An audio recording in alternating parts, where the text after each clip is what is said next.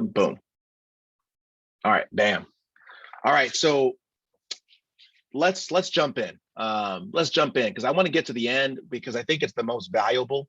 The beginning is valuable as well, but I appreciate everyone being here. As everyone knows, listen, dials trump anything you do. So if you haven't hit your goals, then go do your goals, right? You know, this is recorded for a reason so that you can come back and do what you do.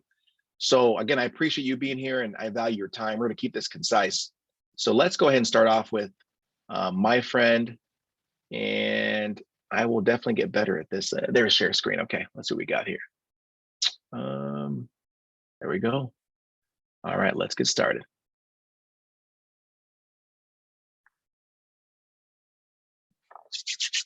Thumbs up if you can hear it.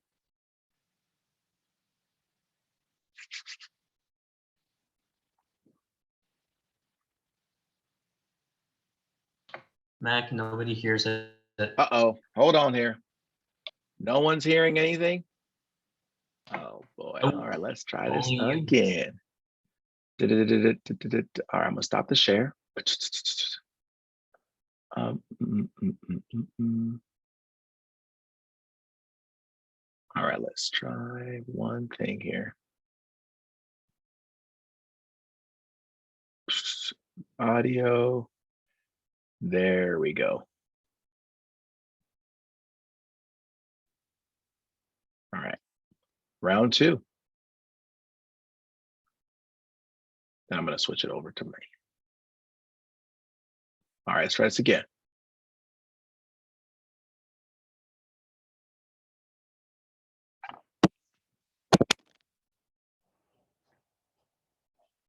Okay, here's the deal. If you want to be successful, Thumbs. here's the thing you have to do. All right. You have to jump. There is no way around it. You have to jump. Every successful person has jumped. You got to jump. You got to take a leap of faith. You got to dash off that cliff, and you got to jump out there as far as you can. Now, a lot of times you stand on the cliff of life, and you see other people soaring by, gliding down like a bird flying through the air. You know, they're going over to the south of France. You see them on a boat somewhere. You see their family vacationing here, their family vacationing there. You see them dressing like this. You see them in New York, then you see them in London. They flying by. You know why? It's because their parachute open. But the only way to get your parachute to open so you can soar, you got to jump. Now, here's the problem. Here's the problem, my friends. When you jump, I can assure you one thing. You listening? I promise you this. Your parachute will not open right away. No, that's the fear part. I promise you your parachute will not open right away. You're going to hit the side rocks. You're going to tear your back out. Yes. You're going to cut yourself. You're going to get wounded. You're going to get some tears and stuff like that. But eventually, parachute will open and you'll be sold.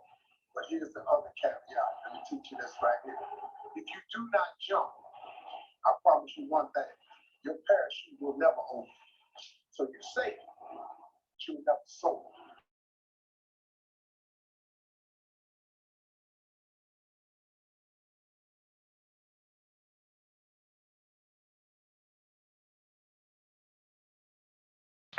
You're muted. All right. All right, so I think it's safe to say that he jumped. You guys can hear me okay?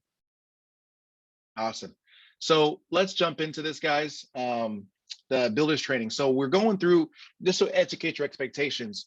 Some of this will be something you've heard before. Others will be new because you're going to be from different vantage point. And the reason we go through the same thing is because in this business, the goal is to master the mundane. It's not for it to be sexy. It's just to be the same. And the key leaders in life, you'll notice the people that make the most money, it's not because they're doing something new every week. It's because they're doing what? The same thing every week. They've mastered things being the same every week. So I want you to know that as we go through this, we're going to go through the same thing. And the goal of this is to go through the Haven 12, right? That's it. What are the Haven 12? I always love presenting this early because, hey, if you needed to leave in 5 minutes, you got what you came for, right? You don't ask for your money back because you ain't getting it. All right. It's 12 things that will determine your success. And so there was someone earlier this week that asked for accountability. That's what this is. That part of this is supposed to be a weekly accountability for you to be able to judge and gauge your efforts. So if you want accountability, I'm going to ask everyone at the end, and actually even in the chat, I want you to be your own crystal ball, Madame Rosa, Madame Judy, right? Sorceress Jihad. I want you to tell us the future by telling us your percentage of success that you're going to have in FFL. You're going to, as we go through these 12, these are 12 things that if you do, you will succeed. If you don't, you won't succeed. So you're going to give yourself a rating, a scale of 1 to 10 on how well you did these things. And at the end of it, you're going to add those numbers up and you will divide by 12. You will tell us, hey, Madame Rosa, I predict that I will have a X% chance in succeeding in FFL, because this is the stuff you got to do, guys. This is not only short term, but I'm talking building a business. So mind you, you can make money here without doing a lot of these. You can maybe just do 2 of these and you'll knock out the park and you'll make money. The thing with that is just be prepared. You're only going to be a high paid salesperson. And that means you get hurt tomorrow, who knows what could happen, right? Maybe you can't talk, right? And if you can't talk, then what happens? If you don't build a business, then you have nothing that can sustain you. Just to understand. So again, this does not mean that you will not succeed at FFL. What that means is this is determining whether you will build a business in FFL, okay? So these are the 12 things. Did you submit to the process of 100? We'll go through what that is. Invest in leads weekly. Commit to dial days. Run 15 or 20 appointments every week. Sharpen your sword daily. Did you do your 2 exposures? Did you attend your training, which is this? Did you attend your quarterly sales training, right? And number 9, there it is. Did you attend your national conference? And if you did that, give yourself, it's either a 0 or a 10, right? Some of these are some percentages, others are either a 0 or a 10. Did you commit to personal development? Did you do it? Did you have a workout partner? Do you have one? Are you using them, right? Last one is, are you committed to being here a year from now? It's either yes or no, right? So these are the 10. Truth be told is you should have it memorized. That's the truth, because the things you do on a daily that are important to you, you'll have it memorized. Some of us, we hear that song, oops, I did it again, right? Whatever song it is, we got it. It's memorized. It can't get out of our head. But how much money is that making you? 0, probably, right? Here, memorizing this will make you money because you have a check mark. You can check yourself. Am I doing this? Okay, am I doing this? Am I doing this? I went over today. There are 3 reasons why people succeed and don't in FFL. It's either you're not doing it right. And if you think you're doing it right, it's because you're not doing it enough. If you think you're doing it right and doing it enough, it's only the 3rd thing. It's in here, it's personal development. So this will give you the details of that. What does doing it right mean? The Haven 12. What does doing it enough mean? The Haven 12. What does the personal development mean? The Haven 12. It's all in here, guys. So I'm going to jump into it. You need to be resold every week on that you are in the right place at the right time. The reason why is you don't realize it, but every day your mind is either going up or down. There's no middle. You ask someone, hey, how you doing? I'm good. I'm all right. You're either going up or down. Don't deceive yourself. There is no staying like this. You're either going up or down. So 3 reasons people quit. It's they lost belief in the company, they lost belief in their leaders, or they lost belief in themselves. Those are the only 3 reasons. So first things first is let's look at the company. Whenever you're looking at a company, these will tell you how well you are and how good a place you're in. As a company, is it solid? The need, is there a good need for a product, compensation? Did they pay you enough to pay attention? And is the timing right? FFL, it's all good. We're going up, guys. You saw from conference, we did 600 million last year. The goal is $1 billion this year, right? So we did 400 in life and 200 in annuities. So we want to do double, 800 in life and that we can double in annuity. So we're going to go over $1 billion if we do it right, right? So we've been doing well. You're on this rocket right now, so you can only go up. It's momentum. Momentum is a beautiful thing. So we're part of those disruptive marketplaces. And if you don't know what disruption means, you're part of it. Now, some of you are too young because you were born in the era of Netflix. Some of us older folk, right? I'm getting gray hairs. My kids told me I'm old now, right? You remember, the Blockbuster stores. Now, this is disruption. FFL is the first of its kind where we just give money away. The agents first, family first. There will be others, but here's the truth. By the time those others come around, we would be so far ahead that it's over, right? Some of us think it's not something to think about, but the truth is there will be other people that try to duplicate us, but here's what they can duplicate. They can't duplicate our philosophy. They can't duplicate our culture. They can't duplicate you, right? Look at Walmart. Why can't someone duplicate Walmart? Walmart is so far ahead that good luck trying. Same concept here at FFL. So for those that are business minded, that are thinking, well, what's the barrier of entry? That's a big thing in business. How can I prevent from someone just copycatting me? Well, the barrier of entry is we've been doing it. We're the only one doing it. No other company can afford to do what we do. They can't afford to give money away for 4 or 5 years like Sean Mike did. And because of his trust in us, now they're making money because now they have to make money. So no one is as selfless as we are, it's interesting. It's like the opposite of business. Anyway, we pay the highest. You guys know that. We have renewals, we have bonuses, we have agency bonuses, and we have the partnership. Here's the truth though. None of that matters if you don't go to work. It doesn't matter if you were getting paid 100 and 200% compensation. If you don't go to work, how much are you getting? Yeah, zero, right? So let's be real with ourselves. A great car is only good if you can drive it, right? So FFL, you are in the right place, but you have to take advantage of that being in the right place. The need is there. We discussed that as well because people need this now more than ever. We have all the carriers. Now, mind you guys, these are some of the ones we use, the bread and butters. However, you can contract with anyone you want. I will tell you this, for those new agents, and I'm going to start getting these questions, don't get caught up in the what I call one-offs. These are companies that are like out of the blue. You'll hear a company will start calling you guys, which they call me. And if you're an insurance agent, they will call you. Hey, I'm with so-and-so company. I'm wondering if you do life. Yeah, I say, hey, just send me information because the truth is there's such a one-off. And here's the problem with one-off companies. Let's say you write with a one-off company and the person charges back. How often do you write with that company, right? Once every 3 million years. Now you got a chargeback sitting there because chargeback is not a problem because you write out of it. But now you're forced to write with that company on a one-off situation. How is that helping you, right? So just consider, we service the wheelhouse. Our bread and butter is the middle class of America, the mom and pops, the working class. That kind of class, it requires work. That's the you and me's. That's the guys that are working, keeping this country alive. Those guys, and let's be real here. Again, I'm being real with you. Those are sick people. A lot of them are sick. They didn't take care of themselves. So we have carriers that service those people. And here's the truth. There are 2 ways you can get rich in America. Find a product that services the rich, because those are always going to be there, or find a product that services the middle class. Those are always going to be there. We have a product that services both, which is a beautiful thing.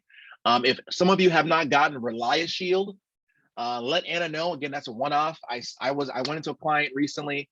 They didn't get life insurance, but they got Relias Shield. It's an identity theft product that cheaper than LifeLock, and they get a discount. So we save them money, right? So it's an easy thing. I mean, it's not much, but hey, it's something that you can just add to your repertoire, just so you have that there as well. We do all 3. We have the full wheelhouse. If you went to conference, man, I don't know about you guys. I'm excited about annuities. I'm excited because I know now more that I can do. I don't got to know it all, but I know enough so that I can help clients. And if you're not asking that question, you're not forget trouble, forget the money. You're not helping your clients as best as possible. I always put the comp plan up here because you need to be having a goal. What's your next goal? Now, if you're new, hey, I see you on here, Raul Jihad. When are you wanting to get to the next stage? Rose, when do you want your promotion? If you don't know what it takes to get your promotion, you're never going to get there.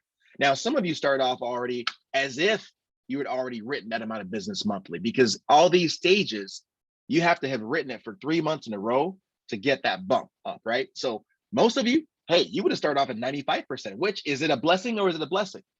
It's a blessing. So most of you, hey, in this agency, we start you off about 100 to 110%, right? 110. So what does it take to get to 125, 130? You need to get to, so for most of you, I think you're at 110. So to get to 130, sorry, 115, you need to write 30 grand a month. That's your goal. I want to get to 115 by when? So to get to 115, you need 30 grand you've written AP in a month. That's it. Do it for 3 months in a row. Bam, you got it. Not only did you make money, now you're getting a bump up. So think of it this way. Some of you were asking about the comp plan. If you want to know how to calculate it, multiply the monthly premium times 12, right?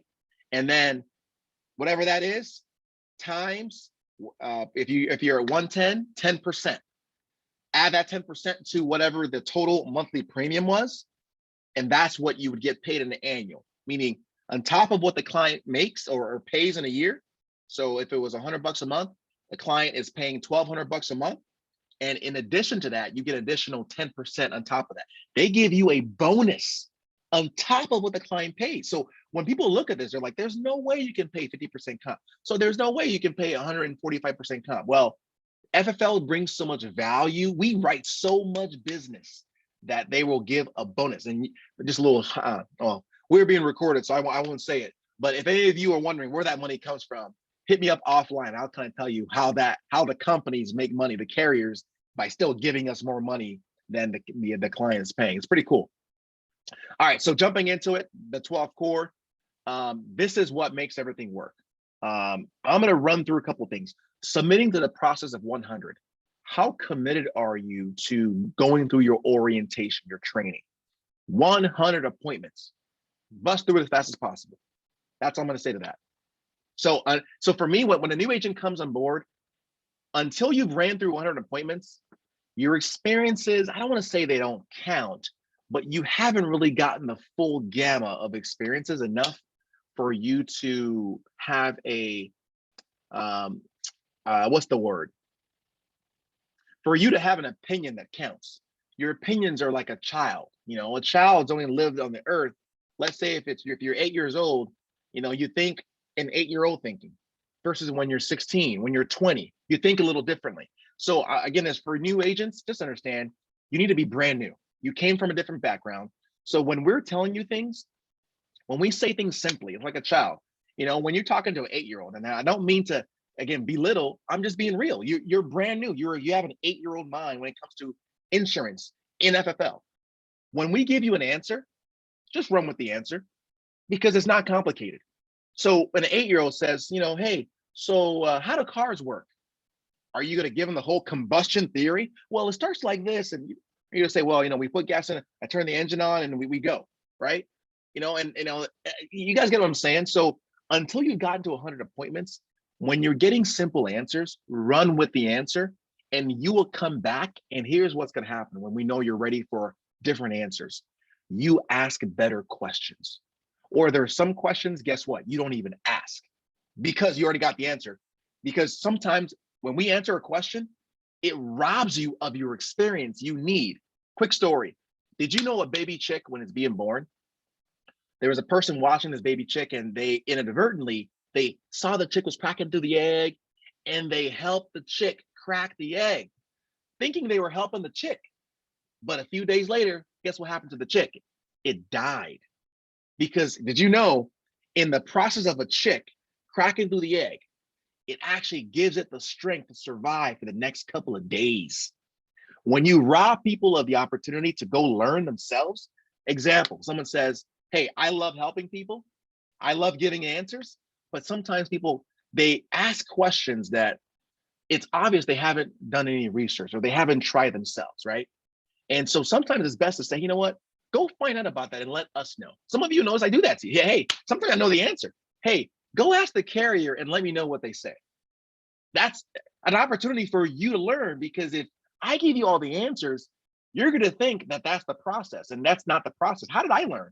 I call the carrier. And not only that, the things that you give too easily, people value less. And so guess what? You'll think less.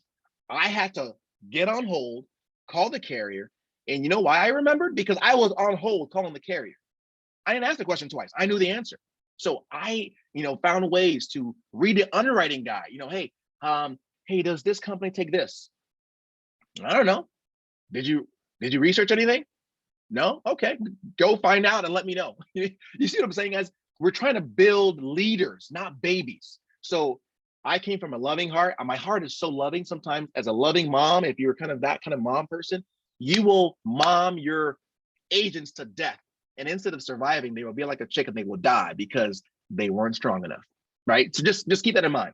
Invest in leads weekly. So first things first, if you are committed to your process of 100 and just having a humble mind, going through the process, give yourself a 10.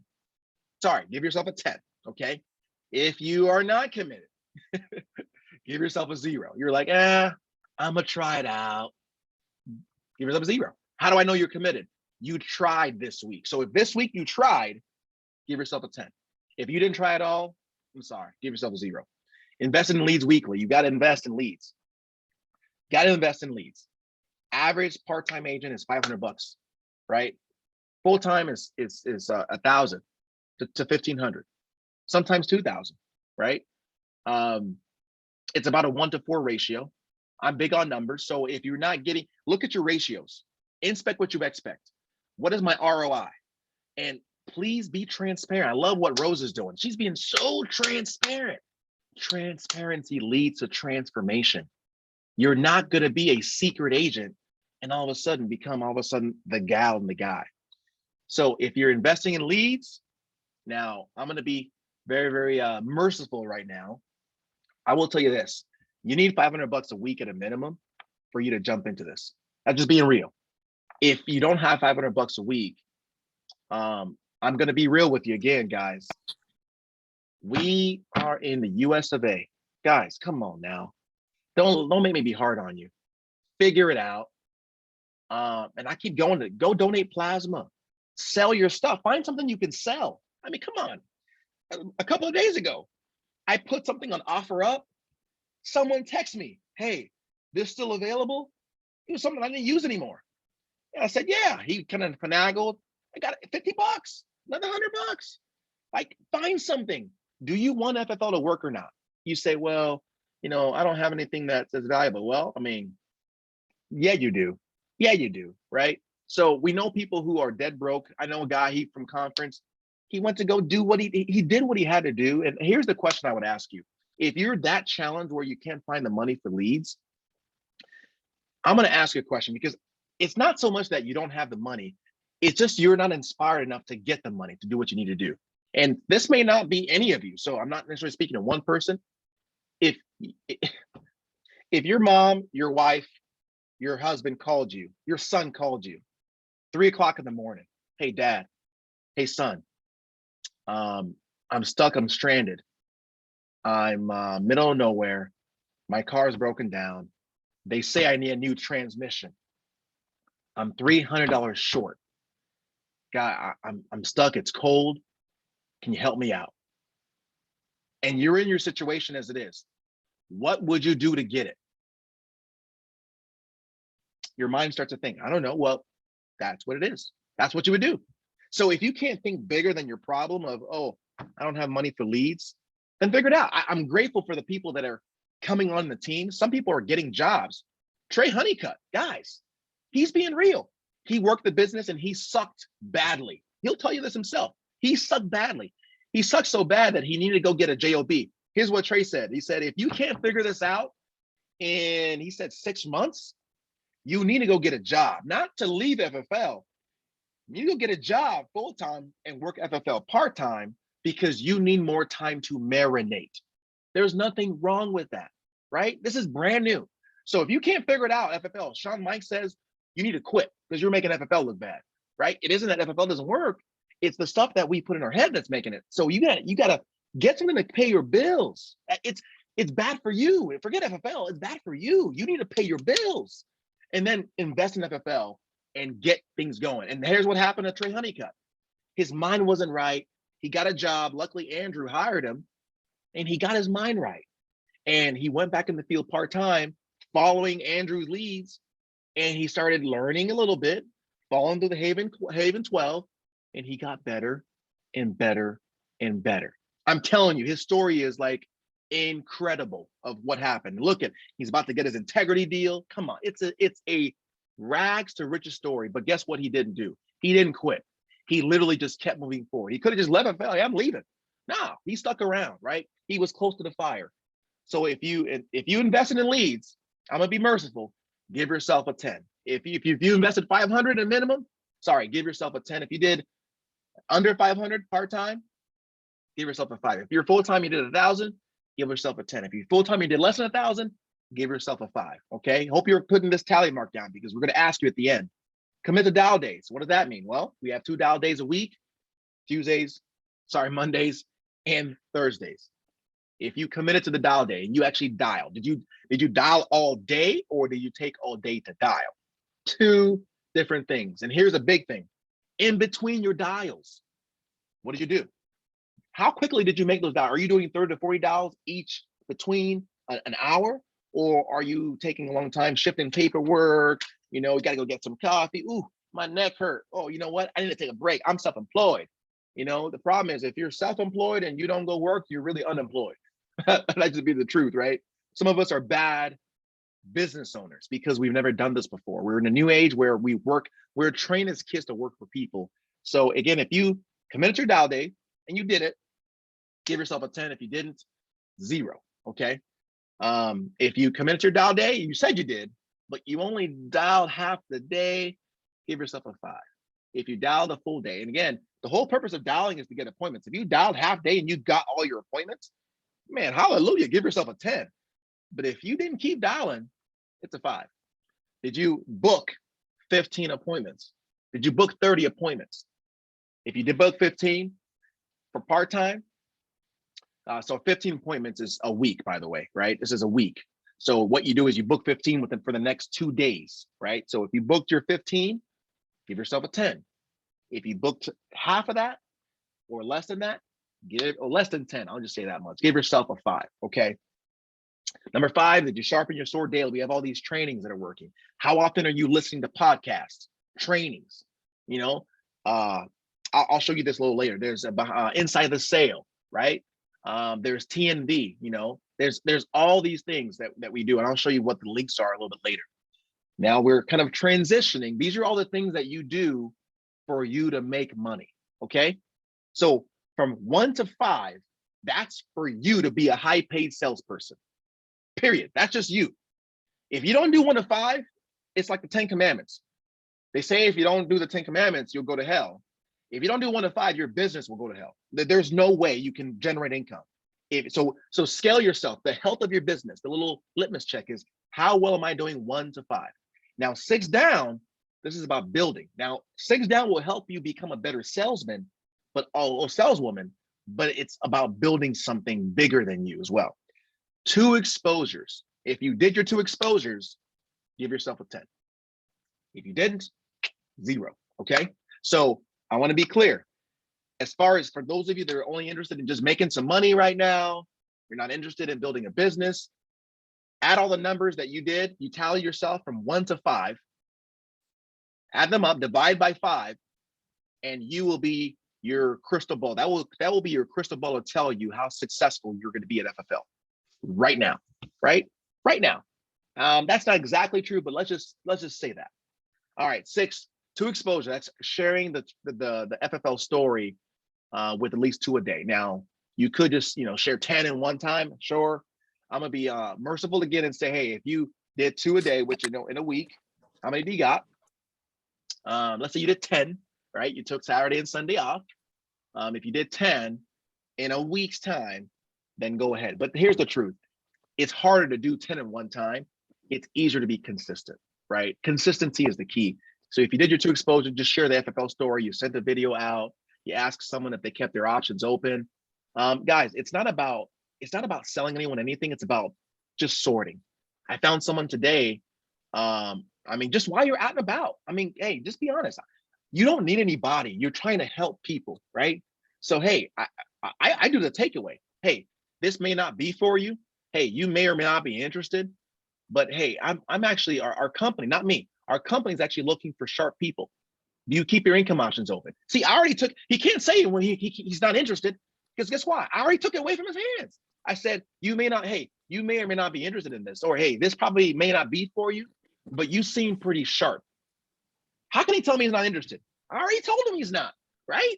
So when you do that takeaway for people, they kind of perk up because they don't feel you're selling them anything, which you're not. You're giving them an opportunity, right? So again, I beat up on that a lot. Attend your builders training. That's this.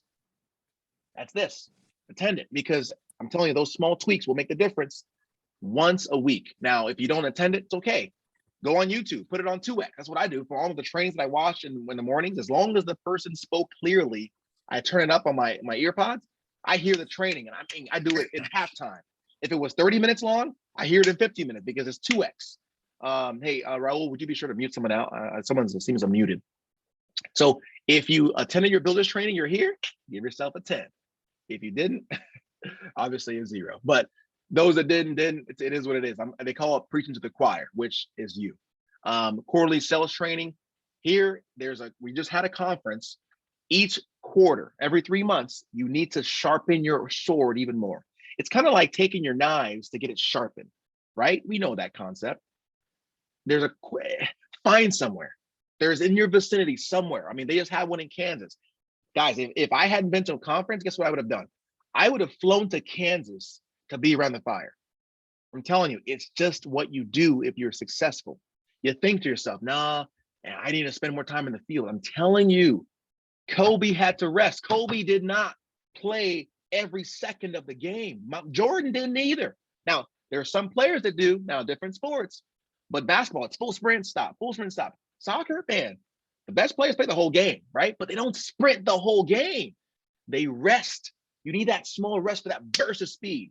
That's what this is. It's a small rest, getting some things taken out, and you're sharpening it. How are you sharpening it? Remember, when you sharpen something, guess what you're removing? The iron, right? You're making the edges better. So what I'm telling you is, you're not going there to get something. You're going there to remove stuff, because the truth is, you have everything you need right now for you to succeed. That's the truth. You just think that you need to add stuff, because here's the truth. If Andrew Taylor didn't exist, if Zach Tardowski, all these great people didn't exist, and you were inspired enough, you wanted this bad enough, guess what would happen? You'd figure it out. You would get all the fluff that you're doing out of your life so that you can be able to do this. So all I'm saying is, you're going to these conferences, don't be confused. Not to add something is to take away the junk that's keeping you from what you would have and what you would do anyway. So if you plan on attending a quarterly conference, then give yourself a 10. If you're like, nah, I can't do it, I'll see, maybe, just give yourself a 0. Just be real with you, okay? Number 9, attend a national conference. Hey, if you went, you know why I told you to go. You know why I pushed it so much. Give yourself a 10 if you attended.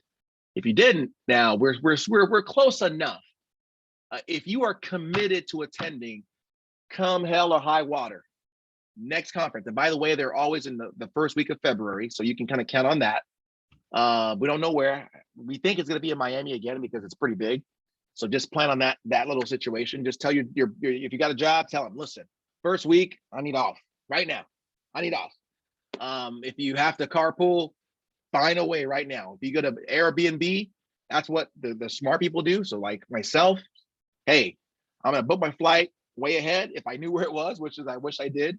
But hey, you're gonna book your Airbnb now or book your hotel now. You know how cheap it's gonna be? Man, it's gonna be cheap, right? So these are the things you do to. So if you're committed to going, when I say committed, you have to do something to be committed. Committed would mean, well, get a hotel. Well, how do you know where? We don't know, right? Committed would mean maybe, hey, blocking off that week, not planning a family activity that week because you know what? You're going to be going there. So if you at least have it in your calendar, the first week of February, I'm going to conference, give yourself a 10. If you don't, give yourself a 0.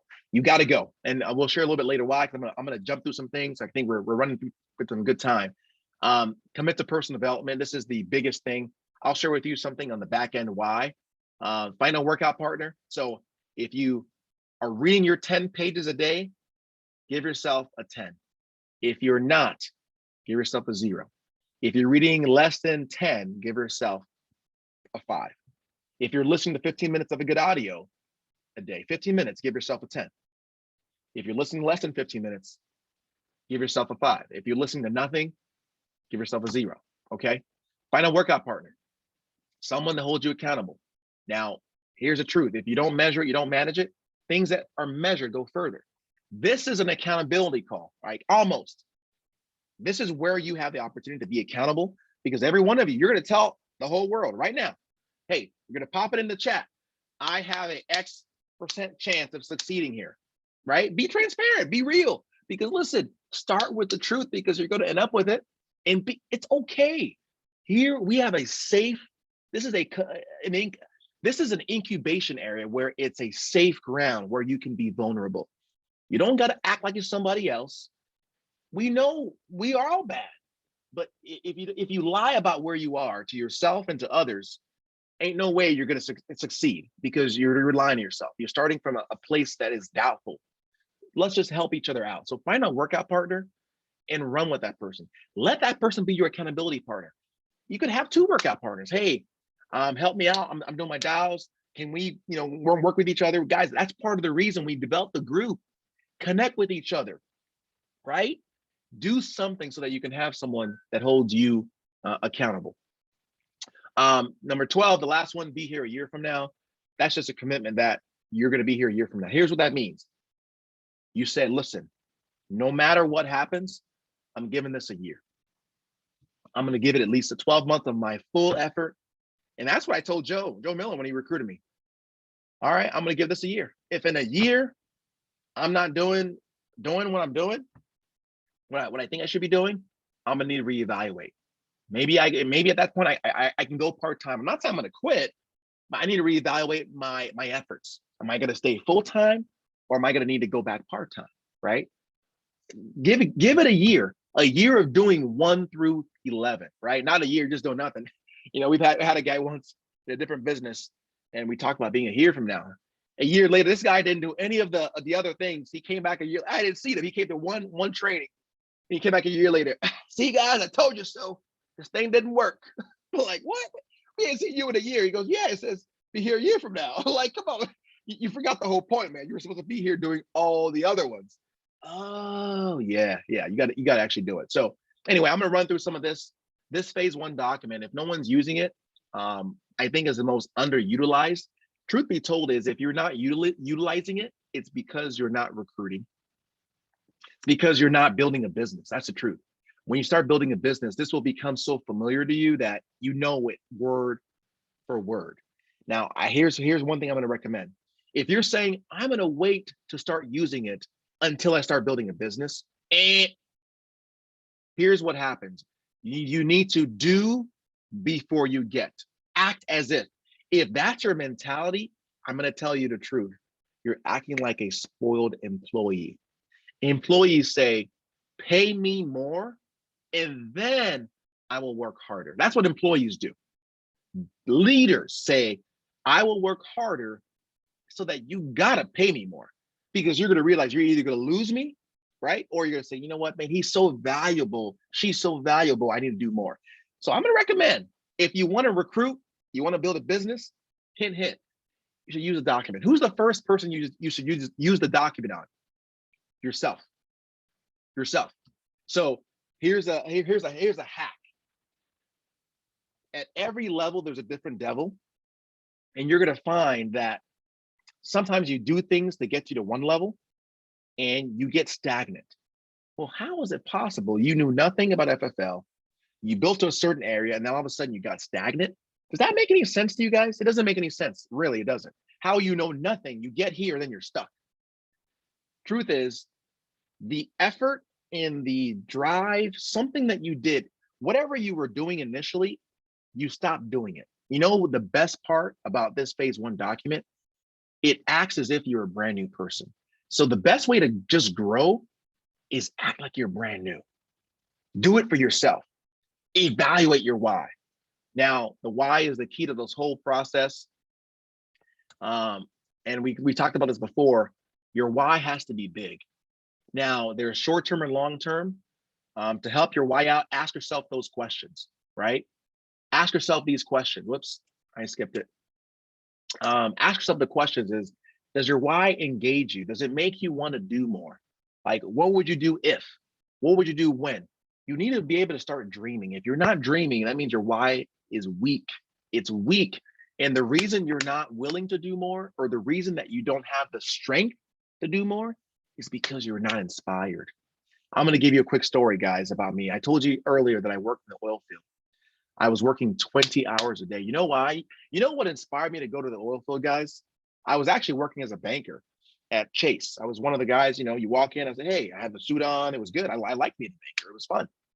I like money. I was terrible at math, but I love the money, right? And I learned a lot about people. You know what made me want to that forced me to go do something more? I talked to my mom who was living in Africa, and I found out, guys, she wasn't eating very well. Like, she wasn't getting enough meals a day. She needed this medication and that medication. And this is the same mom that I remember growing up. She worked hard. She was a single mom. She would come home from a hard day's work and she would make food. And remember, we lived humbly. Remember, and my brother, he told me later on, he lives here in Arizona. He said he used to be so mad at me because there would be times my mom, she would make this food and there wasn't enough for all of us. So she would take one bite, and it was three of us, and she would let the kids get the rest, right? So he said he was mad at me because between him and my sister, they had to share. There wasn't very much, but she would say, hey, you, Mac, go ahead and get some more, right? But there'll be times when then there wasn't enough. But she took one bite, and this is my mom. And so I started thinking, what can I do? And I only made enough money for my family. I mean, at the time, I think I had 6, 7 kids, right? It's hard enough in America with one family, a couple of kids versus, a few more, and then your parents. And in America, it's a little bit different. Here, we got Social Security, we got parachutes. If you can't make enough money, you got government, you got blah, blah, blah. In Africa, listen, if you can't make enough money, you starve. You got nothing, right? There's no one coming to save you. So who's going to save her? I started thinking, what am I going to do? What am I going to do? Anyway, so I worked in the oil field. I got this job, and God is good, guys. I'm gonna just do a quick plug here. When I was a banker, you got to involve God in this, okay? When I was a banker, there's a book called The Dream Giver, guys. Get the book and read it. I had all of a sudden, I believe everyone has a gift. All of a sudden, I'm just doing my banking thing, and I got this impression. And my kind of gift is I hear the voice, like you and me are talking. I heard this voice that said, "Go get your commercial driver's license," like out of the blue. It was like, huh? I'm like, who the? And I said, so it was so audible to me. I was like, in my lunch break, the DMV was like, I don't know, 4 or 5 minutes from me. So I went to the DMV, I grabbed a CDL book. I had no idea why. I looked at it, took it back to the bank. I was like, this is probably a dumb idea. And I put it away. Anyway, time passes. And one of my tellers, their husband owned a business. He was going out of business. He was a mechanic. Anyway, he went to oil field. He became the chief guy of this new company on the New York Stock Exchange. They were starting this little oil field deal. And he went from zero to making a lot of money. I mean, a lot of money, right? Like a lot of money, like $400 or $500 a day. Anyway, and we just by chance, I didn't even think about it then. By chance, my wife and I are on a date, and we see him. We start talking. He goes, hey, Mac, I was thinking about you should do this. And I said, what do you need? He says, you need your commercial driver's license. I was like, oh, So I got it in record time, and how I got it, that's a story for a different day. It was a miracle. I get there, and guys, it was a lot of work. My feet hurt. I mean, my feet were killing me. I'm working 16 hours a day. Guys, again, I had never done this before. And at the time to even get to North Dakota, you had to have a North Dakota driver's license. You had to have residence. And they knew that, and you guys probably saw the stories where people were living at Walmart parking lot because you're making too much money. I had to get this cubicle in this house. They had this house, they converted it into these little man caves. My cubicle was like yay small, like here, and I go to the bathroom. You know how much they were charging? $1,100 a month for this small little area. But hey, I had to pay to play because I knew that there was money. I had to go do something for my mom. That's what pushed me to go out there. So I'm there and I'm working. I'm trying to get out of debt. It took me about, the guy that got me up there, he said, Max, it's gonna cost you, keyword, cost you about $1,000 to get started. from the clothes you need to buy, to the boots, to the car, everything you need. So I had to pay to get up there. So I spend the money and I'm working, trying to get out of debt. I didn't go home for about 2 months to try to get out of this, right? Guys, I am working 16 hours a day. People are like, Mac, you want to come home? So we would go to the field, come back. I would come back to the shop. I would stay 4 more hours. We'd worked already 16 hours. I would be cleaning the shop. I say, hey, can I do something? Guys, I wasn't tired. Like, I'm telling you, like, I'm thinking now, like now I'm old, I guess. Time passed. I got used to making money.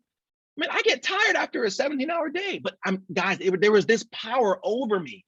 I worked 20 hours. I kind of calculated. I would go to bed. I had to get 4 hours of sleep to function because I ran equipment.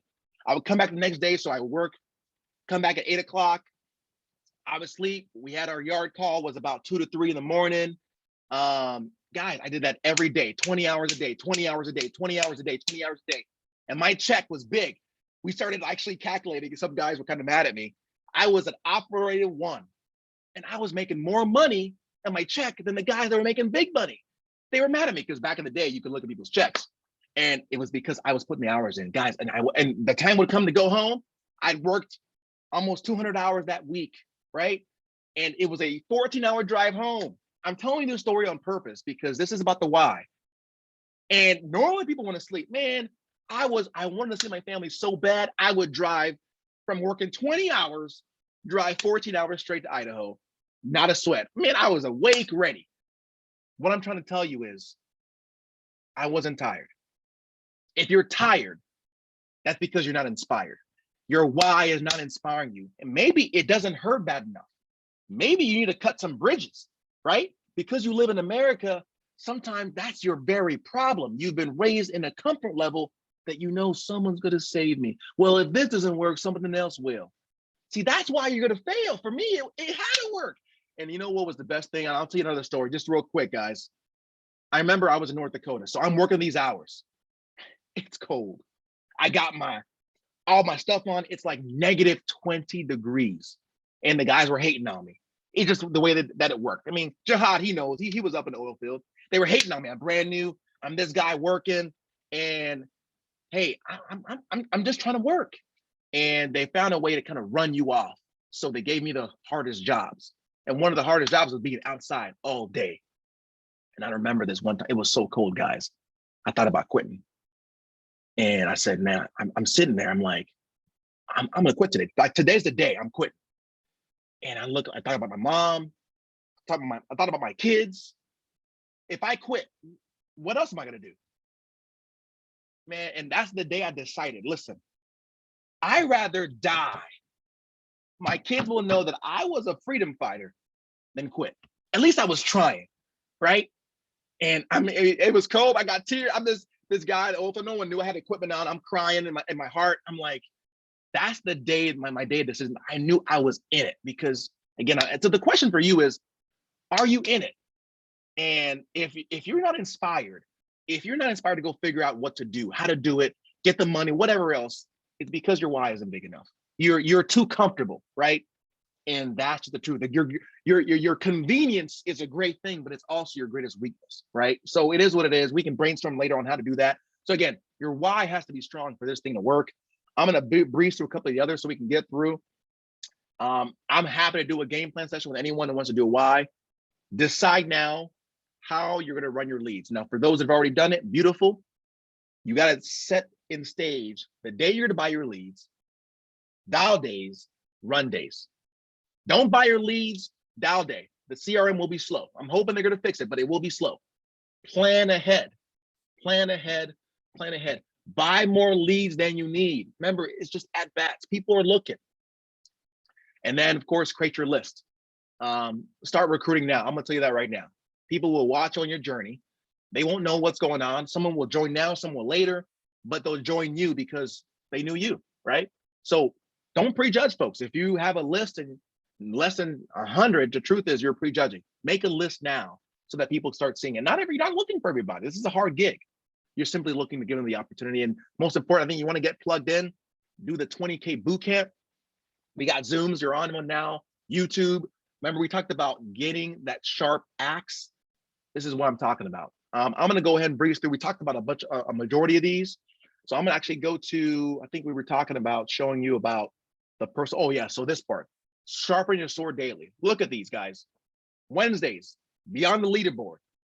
Look at the number, it's there. If it's the wrong number, don't quote me because this is recent. Take a screenshot, but Friday, every Wednesday and every Friday, there's something called TNL, the Next Level Live. They interview someone, Sean Mike is on live. This is, you go to the FFL Facebook page, he's on live, sharing something, right? There's advanced training as well on Saturdays. Every Saturday it's on for free.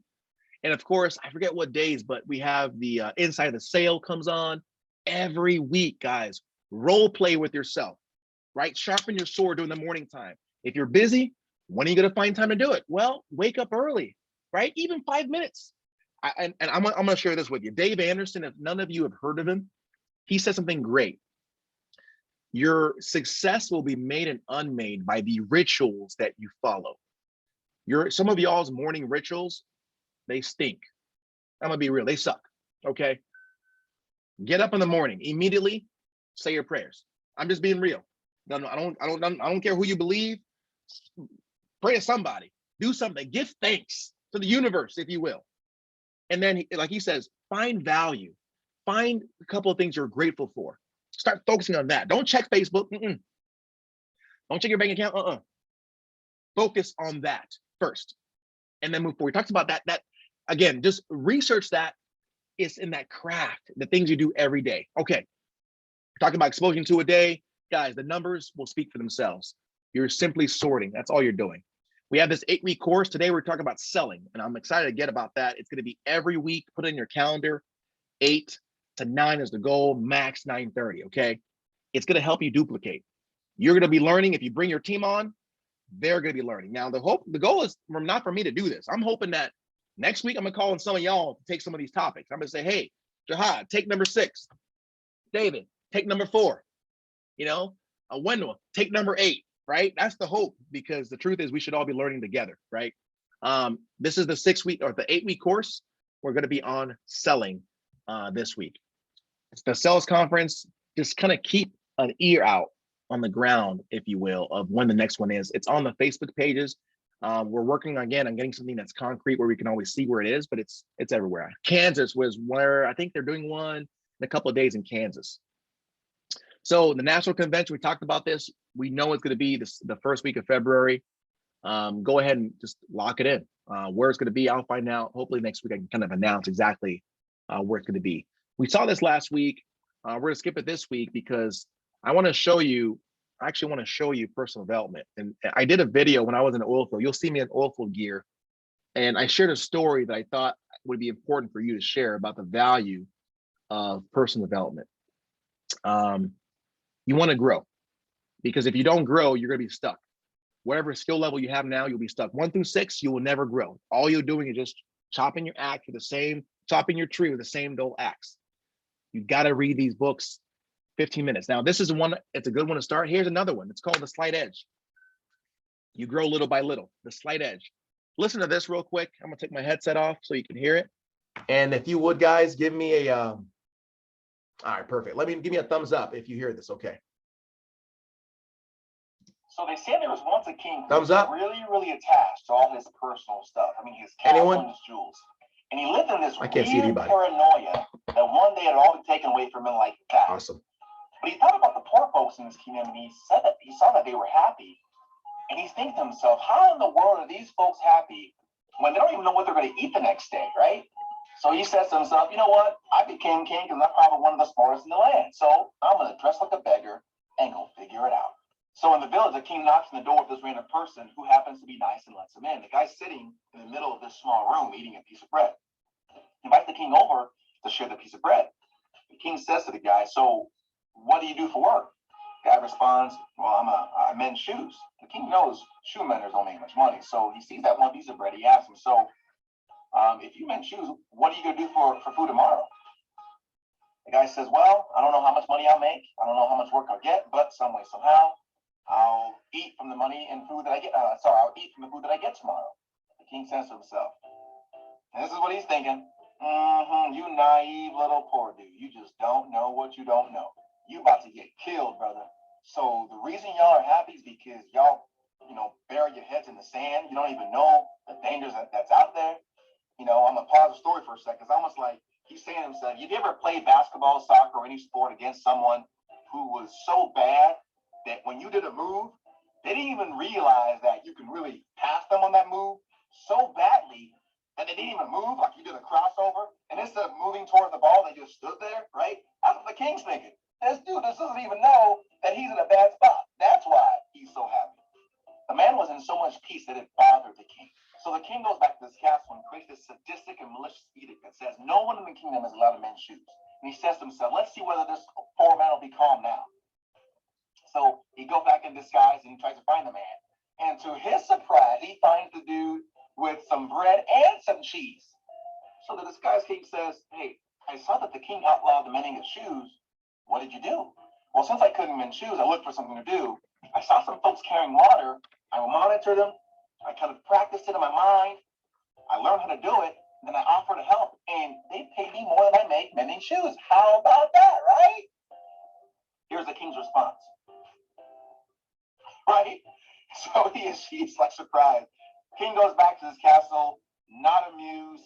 He just couldn't stand the peace and lack of attachment that this poor man was exuding on temporary situations. The king goes back to his castle, creates this new law saying no one in the kingdom is allowed to carry water.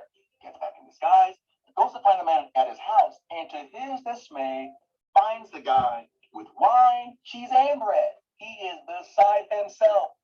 He asks the dude, how did you manage this? Poor man's like, dude, you wouldn't guess what happened. Well, I was looking for something to do.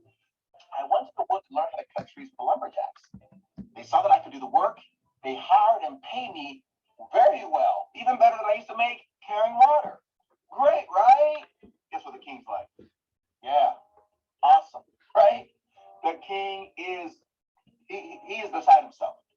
Goes back to his castle, creates this new law, says all lumberjacks are required to come to the castle and work for the king as guards. Now he would have him in his hands, thinks the king. So he goes back in disguise, finds the old man in his house. He is surprised to see a cupboard full of food, all kinds of bread, wine, cheese, fruit. He's even feeding the stray cats, helping his neighbors out, the whole shebang, right? And the king is like, what? How is this possible? What happened? I know the lumberjacks are working for the king now, and the king only pays once a month. How did you get so much food if he hasn't paid you yet? Guy's like, I know, right? I worked all day as a guard. I went to get paid, but they told me that they pay everyone once a month. And so I'm thinking to myself, what am I going to do? I've already given my food away to the people that needed it most. How am I going to fix this problem? So I thought to myself, what am I going to do? Aha, I'll sell the steel of my sword and replace it with a wooden sword. With the money, I'll buy food. When I get paid in the month, I'll replace the sword. No one knows the difference. The king thinks to himself, I got you now. Now I'll be able to catch you. So the next day, the king goes to one of the guards and points to a passerby and says, thief, thief. So the king points to the poor man and says, guard, off with the head of this thief. The poor man thinks, if I draw my wooden sword, they'll behead me for selling my steel. But if I don't draw my sword, they'll behead me for disobeying the king. But because the poor man was always at peace with himself, with no attachments to temporary situations, the solution came to him almost like magic.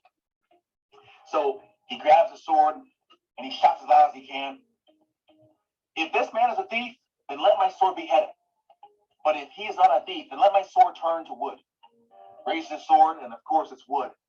And the guy's like, oh, miracle, miracle, praise be to the Lord. At this point, the king has just had it. He has been broken. So he nears the poor man and says, man, today you have taught me a lesson. And because of the lesson, I appoint you as my prime minister. So you two family, what's the moral of the story? I think So the moral of the story, different from the story. the moral, I know that's a little long, but let me get it. The moral of that story is when you do personal development, here's what happens. You figure it out. Your story is unique. Your challenges are unique to you. What happens to me doesn't happen to you. But personal development is like a jack of all. It's like that knife. I think the Swiss Army knife. It literally will transform the solution that you need. It'll just come to you like boom, like that. Hey, I'm having trouble with this. Oh, I got to do this. That's the power of personal development. So I want to jump into the advanced training. We want to get a workout partner. If you didn't see this last week, I'm hoping that you'll see it, because I know this is funny, but it's so true. This is why you get a workout partner. Come on. You can get that. That's yours. Nobody else. Get in there, give it some heat. Give it some heat.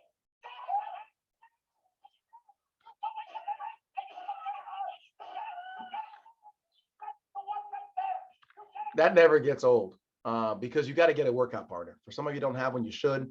So we're going to go ahead and transition the Haven 12. So guys on the chat, go ahead and jump in. You guys saw what the Haven 12 is. Be transparent. Now, right now is the time on the chat. Share with us your crystal ball. What percentage do you have of success at FFL based on those things, right? So go through and be honest with yourself, because this is what is going to help you propel yourself to the next level. Now I'm going to jump in and let's talk about the advanced topic and jump in. Bear with me here. And by the way, I want to give some recognition to Jihad and Raul. These I got the numbers today. I didn't have time to put the numbers together. Jihad, Raul, Wendell, and Rose. Rose, hey, you had your best week ever this month, right? If you're still on, Rose, I'm not sure if I can't see it. Yeah, Hey, that's since conference. If you didn't go this year, you want to go next year. Totally change the game up for me. how many families did you protect this week? This week, 9. 9 families this week, guys. So Rose, 7 the 2 days after conference. So I mean, this come on. whole 10 Rose, days. way to go, Rose, man. You killed it, man. That's awesome. 9 families, guys. 9. Okay, look at that. And I know I saw Rose every little thing, man. Even He's like- Raul the day after conference, man. Raul killed it the Raul, day after so- conference too. So yeah, how about you, Raul? So for those that went to conference, how many families have you protected since then? Same for you, Wendell. If you have the number, Raul, jump in. If you don't, Wendell, go ahead and share with us. How about yourself? I don't have the number right now. I have to look back at it. But I was actually going back through some of the people that I've actually talked to previously before conference, and I'm actually in the process of getting them signed up. So I would say about Look at that. like 7 Love it. people. Love Those it. the people that I already met up with and they weren't interested. So They were, and what was the difference this time? I want to hear this. So Raul 1.0 went to them and they weren't interested. Raul 2.0 goes to them. All of a sudden, it's a different result. What would you say in 30 seconds was a difference maker?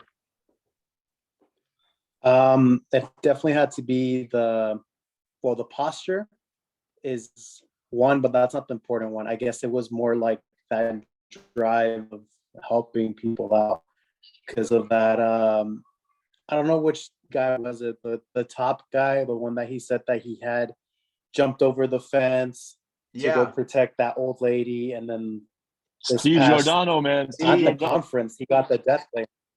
Yeah, Yeah, it's awesome. Good for that was you. the thing. Wendell?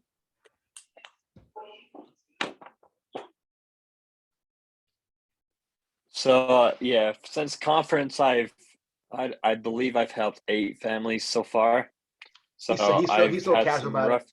Only helped 8. I mean, I love it. Well, I have a long ways to go. So Good for you, man. That's awesome.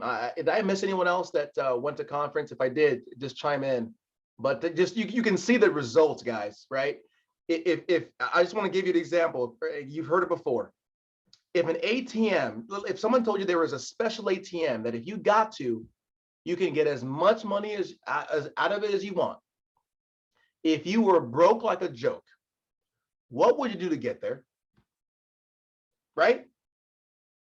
Would you hitchhike? If you said no, that means you don't want it bad enough, right? That's the truth. You just didn't. But if this ATM and you knew it was legit, wouldn't you do what you need to do? I would.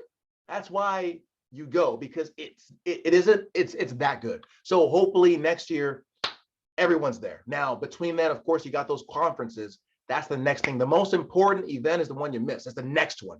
So plan on that. So let's jump into the advanced topic, which is selling in the home. Well, look at me. I'm going to have myself. Okay, so we're going to do a combination of virtual as well as in-home. So let's talk about the why.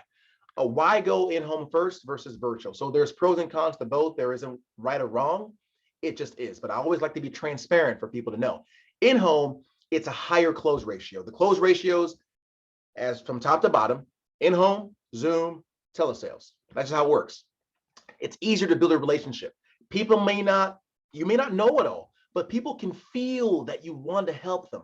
That will help escort you past any skepticism, escort you past not knowing all the products, because they see that you're trying to help them, right? You came all the way to their house to help them. You show them your license, so forth. And it's simpler to uncover more needs. More so like, hey, asking that golden question. You know, when people have that golden question, hey, do you have anything that acts like life insurance? That's usually the money that they have saved up all their nuts to make sure they have enough for the winter. They don't just give that information to anybody.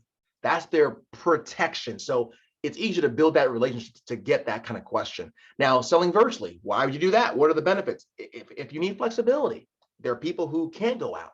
There are people who, for whatever reason, physically it hurts them, right? It's easier. Sorry, it's not easier to build a relationship. I duplicated those two things, but it's more flexible and it gives you an opportunity to be able to serve more people. Even with that, I think flexibility is the biggest thing for virtual sales. Now, let's go to how to do. We're going to talk about in-home first, just jumping right into it. The basics. Now, I'm big on, I think it's called acronyms or whatever you call it, things that help you remember. Okay, the basic steps to an in-home is step one. You need to establish trust. And then step two, establish the need. Now, those can go back and forth. There's some people who, again, they're both top producers. Some establish the need first, and then they establish trust, meaning that they tell who they are, their license, and all that. You can do one or the other, but one or two, you got to do one of those first, right? Then step three, establish that you're going to shop for them, okay? That you're going to shop for them. I'm going to shop for you. Step four, you need to qualify first before you can decide, right? There is no, I need to think about it because you haven't even qualified. Those are the 4 steps. So if you need something that you can kind of count on, trust, need, super me. Just remember that. You go into home, trust, need, super, or you can say trust, need, Superman. Trust, establish the need. You need to set up that you're shopping for them. And then of course that they need to qualify first before that. Now, let's go into the nitty-gritty. Trust is you identifying yourself. So we're going to go through what it sounds like, but you need to get their why. I personally, when I get started, I follow the top leaders. Zach Tardowski. In a home, you will make and break the appointment in the first 5 to 10 minutes. When you get better, you'll know in 5 to 10 minutes whether that person will buy or not. Now, there's 2 ways you can go at this. Some people, they want to pussyfoot around it. They want to kind of be around the bushes because they're scared. Their posture isn't right, right? They don't really know, and so they kind of tiptoe. They think that the people they're serving, they're doing them a favor, not that we were doing them a favor, because they don't have that confidence. So they don't establish the need. They don't establish the table first of everything you need. They don't get the objections out up front.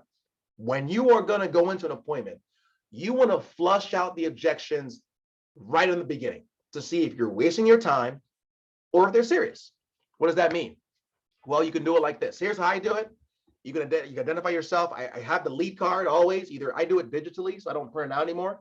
I just show it on my iPad just to save myself paper. So I just I email myself all of them for my appointments. And if I need to, I go to the FFL CRM and I hit on, look at the image and I can do it.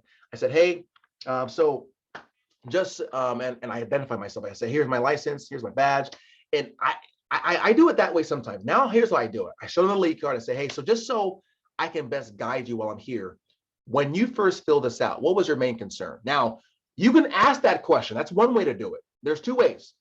Another way you can do it, Zach Tardowski, he said he was a young kid. When he started, he was like 24, 23. He looked really young. He said when he asked that question, he got smoked. People went left field. The appointment, he lost control of the appointment. So here's what he does. He just assumes, and I do this sometimes as well. He goes, so I assume you fill this out because you realize, so if you were to pass away, you don't want to leave a burden on someone. Is that correct? I do that too. So I assume you fill this out, Billy, Jihad, David, Raul, because if you were to pass away, you don't want to leave a burden on someone. Is that correct? How are they going to say no to that? You just assume control. Yeah. So who's the person that we're not wanting to leave a burden on? Is it your wife? Who is it? Okay. Say, yeah, my wife. Okay. So just so I understand, is it, and in the end, you're digging deeper for the why. So there are usually three reasons people look into this. Is it they don't have any life insurance? Number two, they have some, but they know they need more. Or number three, they want to leave a legacy. Which one are you? You see how you're controlling it? Before you never ask a question you don't know the answer to, right? So you're getting the why. You're getting the why, and you're loading their answers into your gun as bullets. So their answers are your bullets. They tell you, so you say, who do you want to protect? Okay, my wife. Okay, so if God forbid, Judy didn't wake up tomorrow, or Joe didn't wake up tomorrow, Judy, what would that look like for you today? Or if you didn't wake up today, what would that look like for Judy tomorrow? And you want to sit there and be quiet. Let them tell you. You're loading your gun. You need to establish why you were there from the beginning. They say it would be bad. Don't take that. You need to dig deep. Okay, so just so I understand, that's a key word. Just so I understand, just so I'm clear, just so I understand what we got to do today. What exactly would that look like for her? Like, if it's a home, a mortgage appointment, so what kind of changes would she have to make? Again, you're asking better questions. What kind of changes would she have to make if you were gone? And I'm trying to establish, I want them to tell me why they need me, right? I'm flushing the objections out, because if you just go through, they say something like, oh, I just want to protect my wife. Oh, perfect. And you just go through the appointment. This is a situation where you go through the financial inventory, you go through the options, and they say, oh, we already have life insurance. And you're like, what? Then why? See, you need to address all this, because otherwise you'll get those kind of objections. So if you get objections at the end of your appointment, that means you failed to establish the table, set the table in the beginning very well. And that's on you, not on them. Don't ever blame the client. It's on you. So when you load your gun with their why, if at the time, if they give you any objections, you're going to get your gun out, cock it, and you're going to shoot them with their why. Oh, I just want to think about it. So I'm sorry. I'm sorry, David. Sorry, there must have been a miscommunication. So when we started this, you told me the reason you wanted to put this in place was if you were to die tomorrow, you wanted to protect Judy. Now, I don't understand. So obviously we haven't put anything in place. You don't even know if you qualify. I know you love Judy. I mean, you want to think about protecting Judy, or help me understand. I'm kind of confused. Now they're in the hot seat. See, I used their why. They shot him with it. Now you got to explain to Judy why you don't care about her enough to put something in place. And you see what I'm saying? Use the why. That's your key. So you go through, you set the table. Once you get the why, you say, perfect. That's exactly why I'm here. So I'm going to help you with that. And you go through the financial inventory, right? Now, before you do that, sorry, I messed up. You got to set the table. You got to say, perfect. So here's what we're going to do. And I'm helping you out here. You can do it that way. I'm going to ask a little bit of income, a little bit of health, a little bit of financial. Here's how, based on how you answer that, I'll be able to recommend which of these companies will give you the best fit and you can actually qualify for, okay? Now, Zach Tardowski, I literally followed his for a while when I was trying to change things up. Here's what he said. It's written here. You can take a screenshot. I'll send it to you if you like. I'll put it in the chat. Just send me a picture. Tell me what you want me to do. He said, I assume you fill this out because if you were to pass away, you don't want to leave a burden on someone. They say, yeah. And he digs deep. Who would that person be? He doesn't assume anything. Oh, that's my wife. All right. Is that person? Okay. If he knows the answers, he doesn't ask. But if it's my son, okay. Is he local? Okay. They have kids, married. You're asking these questions on purpose because you need to know it's more than just your son getting money to make the mortgage payments. What if the son doesn't make much money at all? And if he left work, how would he pay his bills? So you're trying to add how much you need for the insurance and what the need is. You're trying to establish a need. And then you clarify. So just to make sure I'm on the same page with you, Judy. So your biggest concern was if you were to pass away, you want to ensure that the burial is paid for so that no one has to go through a car wash or GoFundMe, right? And if there's any money left, we can kind of, take care of debt and whatever else. Am I hearing you right? You see, they need to convince me why I'm there. If you don't have them convince you why you're there, I'm telling you, you are selling. You're not helping. You're selling them. They don't want to be sold. They just want to be helped, right? So you go through, and here's then once you establish that, you begin. He goes on. Here's how his pitch is, his introduction, how he identifies himself and establishes trust, and then sets the table. He says, I work with a whole bunch of carriers. My job is just to ask you a few questions based on age and health and income, that sort of stuff, and then shop around for you to figure out what the best possible fit for you is going to be. Based on what you've told me so far, Judy, I have a pretty good idea of where we need to go, but I have to ask these questions anyway, because these are state regulated and I have to make sure I'm doing my job right. It should take about 5 to 7 minutes. And then from there, we'll run some numbers. Now, Judy, I don't actually make any decisions. It's the insurance carrier. So what we're going to do is we're going to submit an application, and whatever insurance carrier whatever insurance carrier is best for you. And they're going to give you a thumbs up or a thumbs down. You see, I'm saying it purposely this way because Zach Tardowski does it this way. Someone else does it another way. Each top producer does it the same way, but the concepts are the same. Until you find your own flow, guess what you should do? Copy someone who's a top producer. Say it word for word, not only word for word, match the tone, because their tone sometimes exudes posture as well, right? Now, this is how he does it because he got better. For some of you, your posture isn't set up well enough where people don't question whether or not you need to get their banking info, okay? So I've gotten it set up where now I ask it differently. I say, so I'm going to ask you, have you ever gotten insurance before? Yeah, perfect. So this is going to be similar. These are non-medical. So as we go through the process, they're going to ask me to ask a couple of things of you, basic stuff, your name, your date of birth, your address, your beneficiary, social, to check your health, your med records, banking information, routing and account number. We need to put on the application. Is any of that going to be a problem? Up front. Why you need my banking information? Well, this is a life insurance application. You were aware of that, right? Right? You can say that because if they want to be snippy at me, I'm sending me back. Well, I was just looking for quotes. Well, okay, that's a great question. So why were you looking for quotes? What exactly you wanted? What exactly are you looking for?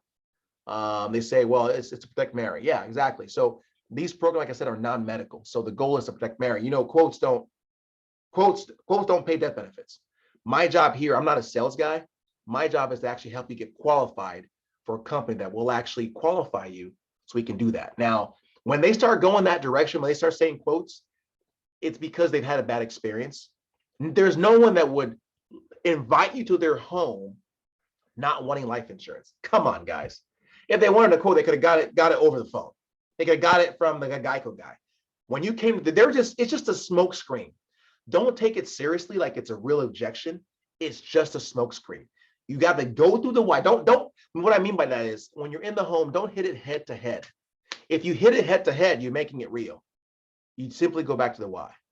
Okay, so a number is not going to actually pay anything. It's not going to take care of Judy. So my job here today is to help take care of Judy and help you get what you want. Find a carrier that's actually going to qualify you.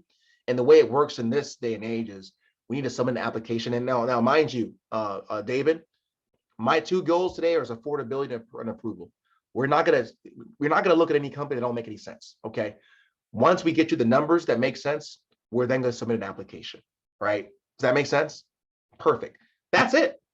So they only say that because they think it's going to be too expensive. Right? That's all. So don't attack it as you think it is. Now, virtual, a little bit different. Virtual, you need to qualify very, very quickly. Now, if let me ask you this. On the chat, tell me, pop a 1 in if virtual sales is your jam. Pop a 1 in the chat. If virtual sales is your jam, you're going to want to pay attention to this. There are different kind of companies. Matt Smith did a training about his experience in virtual sales. I thought it's very, very good. Look into it. It's on the YouTube page that we have. He goes through everything. You want to qualify first quickly. Now, there's some companies that you use. One of the ones I suggest to start with if you're doing virtual sales is EverQuote. It's a live transfer option. If you have the moolah to start there, right? If you don't, you have to start with internet leads and go that direction. When you get enough time and get enough money, you can then diversify your lead flow and go live transfer. Live transfers, all they are internet leads that company paid some employee to call out, verify the information, and they transfer them to you. That's all they are. They're not special. These people didn't actually, necessarily call in per se. Sometimes they do, but it's very rare per se. So you're paying about 60 to 80 bucks per lead for an opportunity to sell someone life insurance. Now, for EverQuote, the reason I suggest them as new, if you're going to go that direction, is if you hang up within 2 minutes, you don't get charged. So you need to qualify that person fast to see if they're serious. Here's what it sounds like. Let's say Jennifer calls. So you'll get a little ring from your phone. You'll answer, and I'll say, hi, my name is Mac. I'm a licensed underwriter. Looks like you were looking for some life insurance today. Is that correct? I've had people say, no, my brother died. I was looking for a company to get the death benefit. Oh, I try to help them if I can. I said, hey, I'm sorry, I can't. You can Google it, but I Google it for them sometimes because I have 2 minutes. Sometimes they say, no, I was looking for a quote. Okay, so I try to explain to them, hey, I'm an underwriter. My job is to get you coverage that you can actually qualify for. So we actually need to submit an application here. And I'm not going to give you anything crazy. If they don't want to do it, hang up. I've had people where they're still talking. I can just kind of tell they're not the one. Hang up, right? Within 2 minutes, you don't get charged, right? Which is cool. With EverQuote, when you submit your first, I think 500 bucks is the minimum, they will double it. So if you submit 1,000 as your first batch, you get 2,000 worth of leads for live transfers. So here's what I've noticed. If you get 10 lead calls, typically, and they're actually looking, like, you will sell at least 2 out of 10. Just being true with you. You'll sell 2 out of 10. Not because you're good, but because they were looking. And 2 out of 10 will pay you what you need to pay to be able to make it up and then some. So you need to get about 10 at bats. And again, the other difference, it'll be based on your skill level, your speed. There are people that are getting 10 a day. They're selling 6 out of 10 because they know how to work it. But if you sell, think about it. You spent, let's say you got, 10, you spent 600, you made, $2,000. Are you okay with that? Yeah, that's a good ROI, because let's say it's about 60 bucks a piece. That's what I did a couple of days ago. I was in the office. This week I was kind of getting things geared up, so I didn't do as much dialing out, and I did live transfers all day while I was working. And that day that I did, like a couple of days ago, I sold $7,000. It was from live transfers. That's it. People were looking, and the guy happened. It was perfect. So again, it was not because I'm good. My wife said, "Hey, honey, you did a great job." No, I didn't. I just picked up the phone and accepted the calls. It's just like I picked up the phone and made some dials. I'm not saying it's easier. Don't get me wrong. It's an alternative, because for virtual, you got to have enough licenses for it to work. One of the reasons that I was able to get so many leads is, guys, I have about 40 licenses. 40 licenses. If you only have 2 licenses, you'll be sitting like a sitting duck. So when whole virtual came out, man, I was like, woo, I'm going to switch to virtual. This is it. This is the ticket. I'm going to travel anywhere, because I was traveling travel trips and got to pay for airfare, which is not bad still. I always came out on top, and I sat there waiting. Man, that week, my numbers were so low.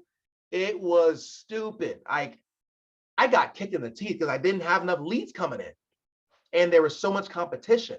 So my recommendation, if you're serious about doing virtual sales or live transfer specifically, you need to have a minimum of about 10 licenses. Or hey, if you only have 2, not bad. Don't count on the live transfers coming in, because it's competitive. Maybe count on 1 or 2 coming in a day, and the rest of your work will be on you dialing out. So a lot of these companies, they have data leads, which is where you get a lead of someone interested, you call out, and you got to do the same way that you do normal leads, triple dial them, get them on the phone, and move forward, right? It's a little bit difficult, but it's nothing new, right? So Live transfers is an example, but if you're doing virtual sales, you simply go in. There's a lot of training. I'm going to share my screen real quick on Josh Williams's virtual sales, and we'll call it a close. Give me a second here. All right. As far as scripts, Brandon Kitchens has a script that he uses for virtual sales that is solid. So does Josh Williams. Let me see if I can get it here. 1 second. All right, give you a second here. And hey, if you don't know the script, he took his training down. Some of you saw it. There it is. He has a live transfer one. And I'm gonna pull up Brandon Kitchens. All right, I'm gonna share my screen now with you. We've got 4 minutes left, guys. We're ending at 30 no matter what. Now, if you got questions, throw questions out, but we're not going long tonight. We're getting, I'm done. I will answer questions, that's it. So I'm gonna be quick to share this. And so we got 4 minutes. Where is it at? Yeah, there it is. All right, so you see that? So this is Brandon Williams, his telesales script. This is him calling out. He just assumes a sale. You got to assume it. If you don't have the script, let me know. I'll send it to you. You know, hey, this is Josh calling from the benefit office here in this county. The reason I'm calling is because we received the form you filled out for the insurance. It goes on. So live transfers. Here's how he qualifies them within 2 minutes. Hi, hey, this is Josh. May I ask who I'm speaking with? He goes in because sometimes there is no introduction. Sometimes the person's just on the phone. Other times they say, hey, this is so-and-so, whatever quote. We have a live transfer. Are you ready? You say, yeah. Boom, bring him on. Bam, starts working, right? So you see how he just powers through the questions. You talk fast at first. Now, if they're old, I talk slower, but you want to get them qualified to see if you're wasting your time. That's all you're doing. It's just the cost of doing business, all right? Brandon's, I like his as well. So when I'm calling mortgage leads, I like Brandon's because Brandon knows how to work it. Now, I've been in homes, so I know how to do mortgages, and he runs it through. Now, there's one more slide I wanted to share with you. If you guys can just bear with me. I just remembered now. This slide is how to quote. I'm not gonna break my promise. So how to quote. So people were asking me, how do I know? Thank you for sharing that, Raul. People were asking me, so how do I know how much to quote the client? Look at this. Couple of hacks. You want to quote on your phone, not your iPad. So you want to get all the quote tools. I'm gonna share the screen on the Telegram app. All the quote tools on here. So I have a little folder on my iPhone called Qualify. All the quote tools. So all the little links, they're on my phone. I don't know why, but it's faster on the phone than it is on the iPad. Don't try to do illustration, just do it on your phone. Second thing, remember 357. Remember the plane 757? Remember 357 and 15, 357, 15. Look at the take home of a client. And a take home, you always want to give 3 options when you give option. Option 1 is the highest, option 2 is the middle, option 3 is the lowest. Typically, a client should be able to afford 3, 5, and 7% of their take-home income, of their income. So 7% of, if they make $900 a month, 7% times 0.07, the plan that you're giving them should be $63 a month. About. I've done the numbers, guys. It's almost exact. I guarantee you, that's the truth. So option 1 typically is if they don't make that much money, 7% is that it should be option 3. Should be. 5% should be option 2. 3% should be option 1.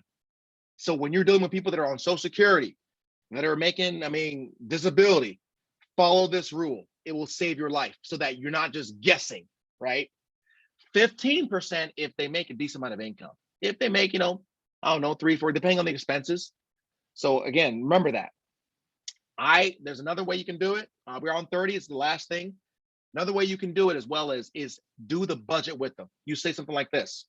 Hey, I'm judged on making sure that this is something that not only fits your needs, but fits your budget.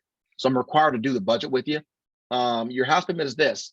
How much is your car payment? About $200-300. I go through the budget. What about food for you guys? About $300-400. Lights, utilities, probably like what, $400. I aim high. Let them correct me. What about fund money? What about credit cards? What any other expenses? And I put on my calculator and I turn my calculator over. I say, does this look like what's left at the end of the month, or are we missing something? They say, yeah, that's right. Guess what? Now I know what numbers I'm working with. So when I used to get, oh, it's too expensive or this, and I didn't know the 3, 5, and 7%, I just literally did the budget every time. So I knew what I was working with. Because I would see that, I would say, well, based on that, you only have 300. How are you paying your bill? They're like, oh, no, I get this money too from the side. I'm like, oh, okay, yeah, that makes more sense. And they can't tell me they can't afford it because we know their income, right? I knew. So when you're getting certain things, you know how to adjust. So it's 31 guys. I really wanted to practice tonight. So if you have to go, roll out. I'm going to go ahead and throw it out for questions at this point on in-home. We run through some things, some tips, virtual. There's so much more. We can't cover everything, but let's open up to you guys. What questions do you have?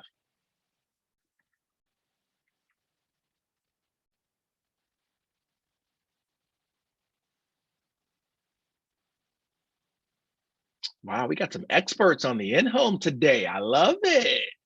Okay. I would say my biggest question on the in-home is, and I go over it a million times. I probably asked you a million times, and my repetition on it sucks. But when someone already has a policy in place, I struggle with whether I focus on what they have and trying to figure it out to prevent the objection in the end. Well, actually, I already have that policy there, or if I just kind of ignore it and keep going, and that's like a continuous fight for me. So let me make sure I understand your question. You're going through the financial inventory. You see they have a policy. You're kind of scared. Should I touch it? Should I not? Right? Is that your question? Right. Always remember, ABC, always be closing. Whenever anyone, I identify, which good job for identifying that they have a policy. Do you have any life insurance you own right now? They say yes. Perfect. That always makes me feel good to know that you have it. So give them some, stroke their ego. Give them a reason to want to give you more information. Say, hey, great, that's awesome. I always feel better about that. How much coverage and how much are you paying a month, give or take? They say $3 for $1 million of coverage. Now you know, right? You've heard that before. Or they say $50,000 for about $200 a month. That's great, great. Now that's when you stop the whole show. Hold it. If you don't identify and address that objection right then, it will kill you. That's why I stopped the show. I say, so that's awesome, David. So just so I can understand, so you knew you had that, obviously. So is the reason you're trying to get this to make that go further, or help me understand? Let them tell you why they're getting my insurance when they already have some, because they're definitely not going to tell me later on in the appointment, oh, I already got insurance. Oh, we're covered. You can't tell me that. If you don't make them tell you why they're getting yours, you're in trouble. Does that make sense, Rose?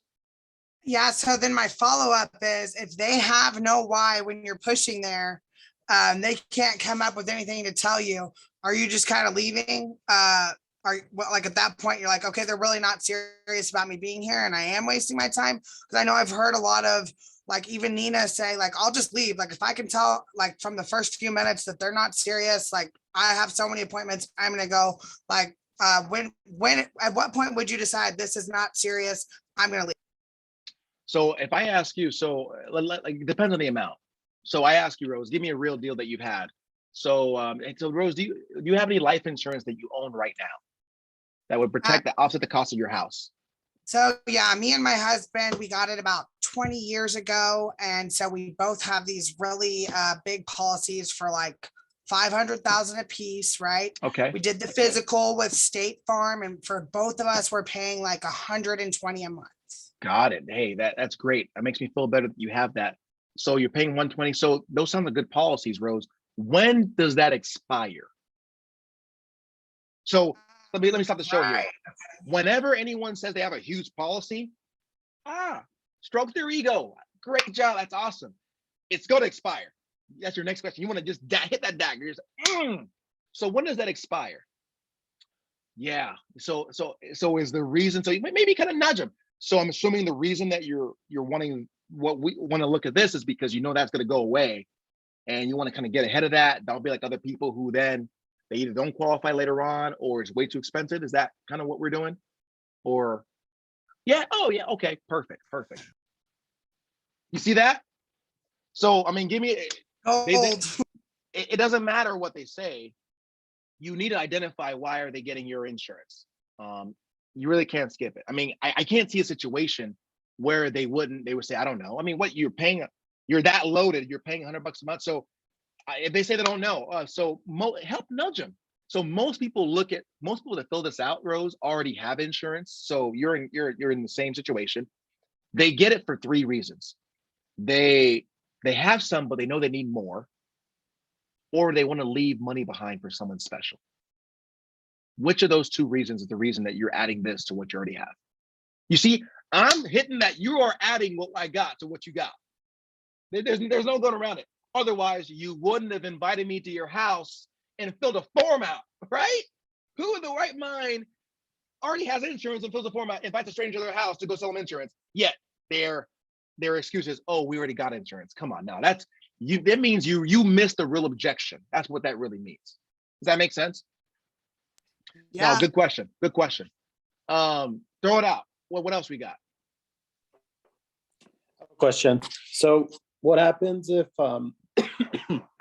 they recently got insurance within the last couple months, and it's with one of the carriers that we were with? For example, it happened to me. The guy got insured in November for mortgage protection, and it was with NLG. And I had asked him who was the guy that had helped you with, and he didn't know what the name was or anything. Did you actually have the policy? Yes, he had the policy with him. Okay, so that's a. And I checked it out, and it was a good price and everything. So NLG is a good company. Yeah, it's tough to beat them. So at that point, I do a couple of things. I look for value. So I do a deep financial inventory. I say that's awesome. So listen, Raul, I'm here to help you, not hurt you. If I can't help you, I promise I won't hurt you. If you're in the best position possible, this is what I say in the appointment. Someone already has it. And as I book age mortgage appointments, I say, hey, 2 things are going to happen when I see you tomorrow. I already assume the appointment, right? You're either going to know in about 5-10 minutes, I'll know if I can help you. So you're going to be confident that you're in the best position possible, or I'm going to be able to find a way where I can put you in a better position. Either way, for you, it's a win-win. Okay. So that's all you're looking for. I do a financial inventory. I've had people where they've gotten a couple of months ago, and the agent sucked. He was new, and they got on a straight policy where I was able to find a cashback policy, right? Oh, I didn't know I could do cashback. Or maybe the situation was they got the person more than they needed. Now, I'm not here, if it's an FFL agent, I try to see if I can add to it. So if they got a term product, I look at maybe I can help give value for a whole life product. Or you go there for the husband. Hey, so tell me about your wife, right? Maybe a cousin, a referral, right? So what I do is I just do a review. I do a deep financial inventory, and I make sure I look at the policy. And if you need help, air support, take a picture, send it in, make sure, hey, client already has this, X amount. Is there, how can I help them out? Is there any value here? And you may be able to get some air support that way. That's what I would do. Yeah, but I'm never gonna get something or nothing. No, I'm there to serve the client. If I can, I will. And that's up to if I need to replace a policy. But if a guy did a good job, hey, we need better agents. Most agents suck, right? But yeah, good question. Any others? David, throw it at us, I was brother. say, I kind of want to repeat what you said because that is super valuable. I'm going to use that. So you said in the first 5 or 10 minutes, I'm going to know if I can help you. And if I can help you, then I'm going to leave you in a better situation. And if I can't help you, then you're going to know that you are already in a good situation. Either way, it's a win-win for you. Something like that. Yeah, the preface to that is I got it from Anna. We say, hey, with some, hey, blame it on COVID. Hey, with the changes, with the new administration, there have been some changes to insurance. And we just want to make sure that you got the best. And hey, listen, we just got to check you off. And in 5 to 10 minutes, I'll know, you'll know one of 2 things. You're going to be confident you are in the best position possible, or 2, I'm going to be able to find a way to get you in a better position with the most recent benefits.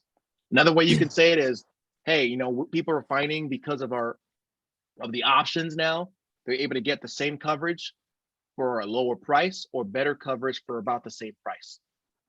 Either way, I'll be able to help you in about 5 minutes. And if we can, great. Otherwise, I'll check you off so you don't get these calls. Nice. It's a win-win. I love it. Yeah. Win-win.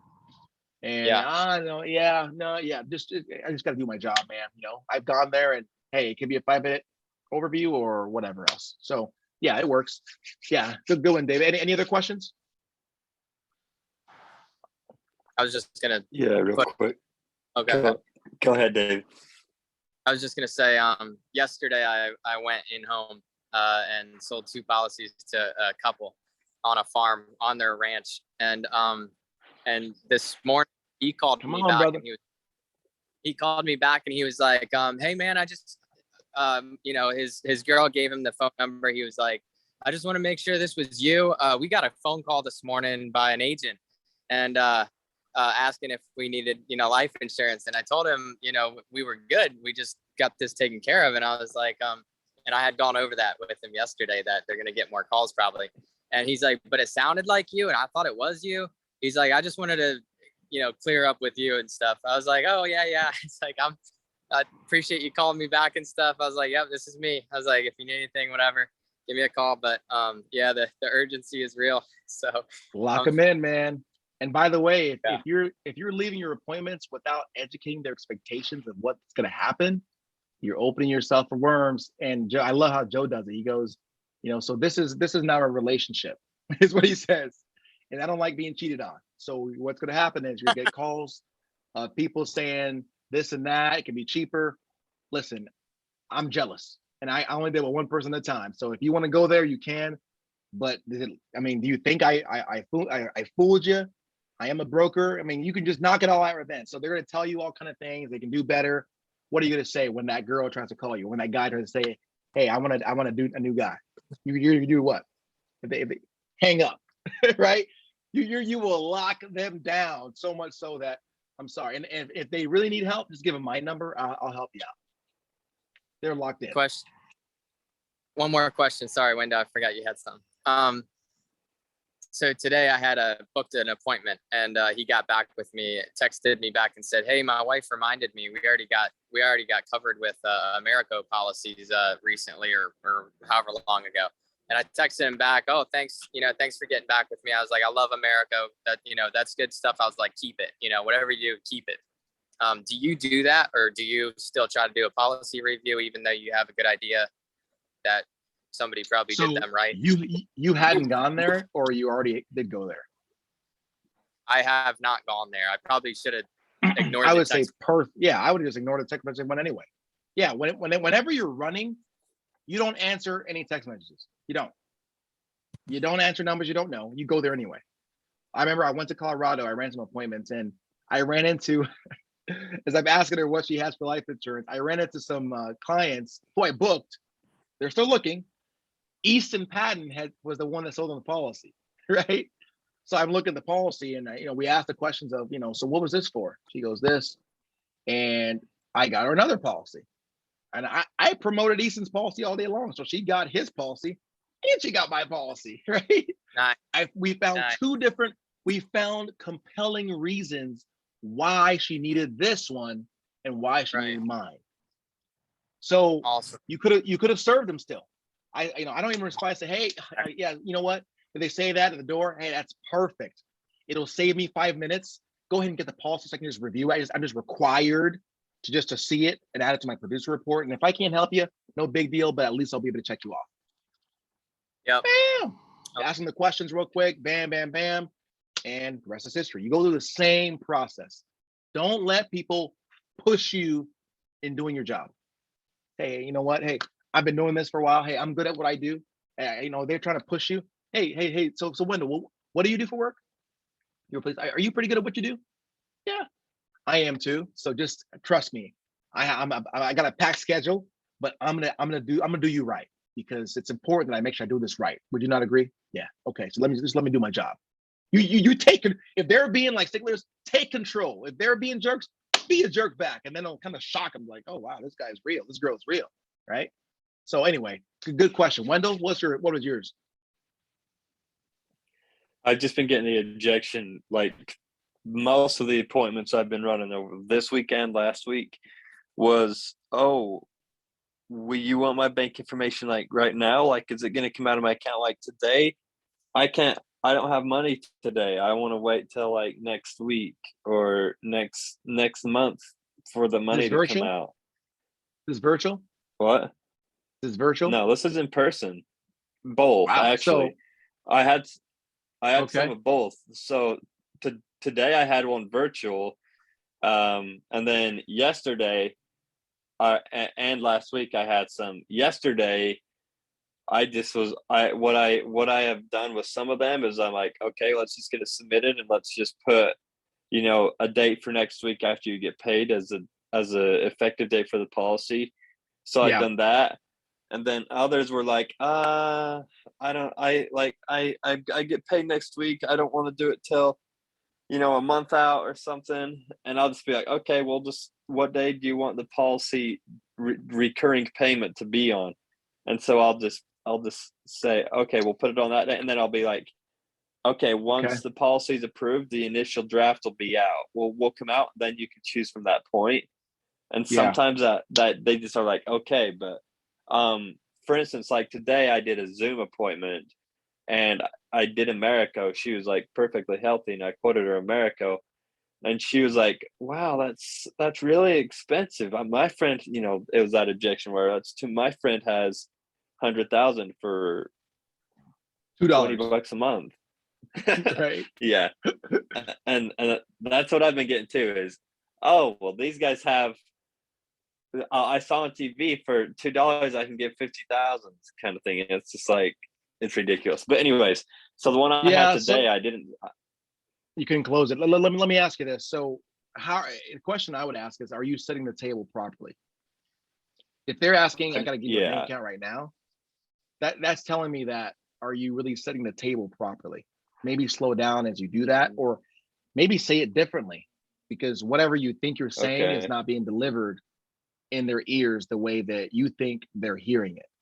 So I would maybe, whatever your script is, I would write it down if you don't have one, and I would tweak it and then see if you're getting the different response. But I mean, the typical, if you're doing virtual, Brandon Kitchens, his is, he says, I'm going to show you some options you can get approved for today without paying today. How's that sound? You say, great. Now, I will say this, in telesales, you do have to get used to sometimes post-dating some things. You do. It's just the way it works, especially if you're working with final expense and people on Social Security. Now, I prefer, as I go through, I want to knock the objection out. So, hey, Rose, we want to make sure that we get you coverage immediately, because if you were to die tomorrow, we want to make sure that the insurance company would pay. Okay. So what we're going to do is get you coverage that you can afford today. And then if we need to adjust it later on, go up and down, we can do that. I would rather get them something coverage today, 5,000, and then in a month or a week or within 30 days, upgrade, then post date it. Because if you post date it and they die before it drafts, guess what's not going to happen? They ain't paying. Which is the truth. So that's how I would look at it. I mean, I would look at it as concern for you, Rose. We use the why. Boom. Rose, remember when we started, you said that you want to make sure you don't want to, make a car wash for your kids, right? So here's what I want to do to help you with that. Now, if we just put it for next month, if you die today, you said that it would put a burden on Wendell, right? Yeah. So here's what we want to do to make sure you actually get coverage and the insurance company will pay. Let's make sure we get you coverage that you can actually afford today, right? And then once you are in and approved, we can actually increase that. But the good news, Rose, is you're actually going to be approved. And if you die tomorrow, they would pay something. Does that make sense? Yeah, honey, that makes sense. Perfect. So after the initial draft, Rose, in the future, you want the 15th first. I never ask open-ended questions, Wendell. What day do you want? Don't do that. Give them suggestions, nudge. So in the future, what would you prefer the draft date be? The 1st, 15th, 30th? Just give them 3 options, because a confused mind will do nothing. What day do you want? Next year, right? Just being real with you. Well, what was the third option? The 1st or the 15th or I what? say, the 1st, 15th, or 30th, or the beginning of the month, the middle, or the end of the month. Give them the option so that you're just kind of directing them, right? Until it's over. The only thing you want to ask yeah, just do that. But yeah, any other questions, guys? This is good stuff. I don't really have a question, but I have like more of a comment that kind of happened to me.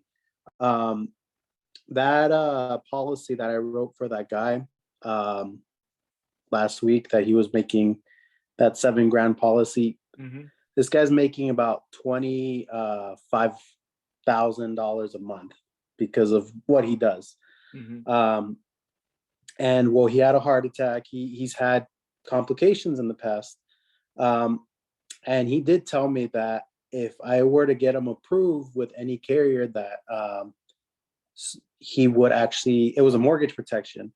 His son-in-law is the one that does refinancing for homes. So he said that if I got him approved, he would make sure that his son-in-law, every time someone does a refinancing or gets a mortgage with them, mortgage leads. There we Free go. mortgage leads. Come on. And I had asked them that at the end of the appointment. I was like, is there anyone else in your family that I can help you with? And that's when he said that comment of, if you get me approved with the conditions that I have, I will send you your info to my son-in-law. Here we go. So time to go knock on and his I door. just got him approved today. Oh, he got approved. Congratulations, man. Raul's getting paid. Anyway, good job, bro. Good job. Well, hey, I give kudos. Hey, if we can go around, Rose, what was your percentage of success at building an FFL based on the Haven 12? I'm at like 90. I'm ready to go. Come on. See, so if we were investing in businesses, Rose would be a business I would invest in because you're doing it. Jihad? We can't hear you. So I think you're muted. I came out to be 88%. So that's almost pretty good. 90. Pretty good. Hey, if we were grading grades, he would be passing grade. That's pretty good. That's a B plus, right? Raul? You count yours? Just, can you hear me? Yeah, go ahead. So just because of we had a lot of medical things going. Hey, I gotta do a little tough. I was gonna say 66%. All right, like let's not give reasons. Let's just throw the no reasons. 66%. So at least now you know, right? You know. Now you know what you gotta do to change it. If you're comfortable with 66%, which is maybe not, is that an F? Is that an F in school? I don't know what it was, but it's not passing, or is it passing? I don't remember. Anyway, you know what to do to increase it, right? Wendell? Is this our close ratio? Sorry. No, this is your percentage of success at FFL. Add up, remember those, you were grading yourself, the 1 through 10 of the Haven 12? Oh, yeah, and then you divide by 12. What number was yours? Yeah, I've been, I'm sorry. So this is like with the personal development, the reading. Yes. Yeah. Yeah. I'm right at around 90 right 90? Now. So I'm doing good. I'm doing pretty good. Yeah. Now we have some secret agents. I know we got Amy, we got Tish, we got Judy on, right? I can't see everyone else on. If you guys are on, hey, this is the time to be transparent. What numbers are you guys at?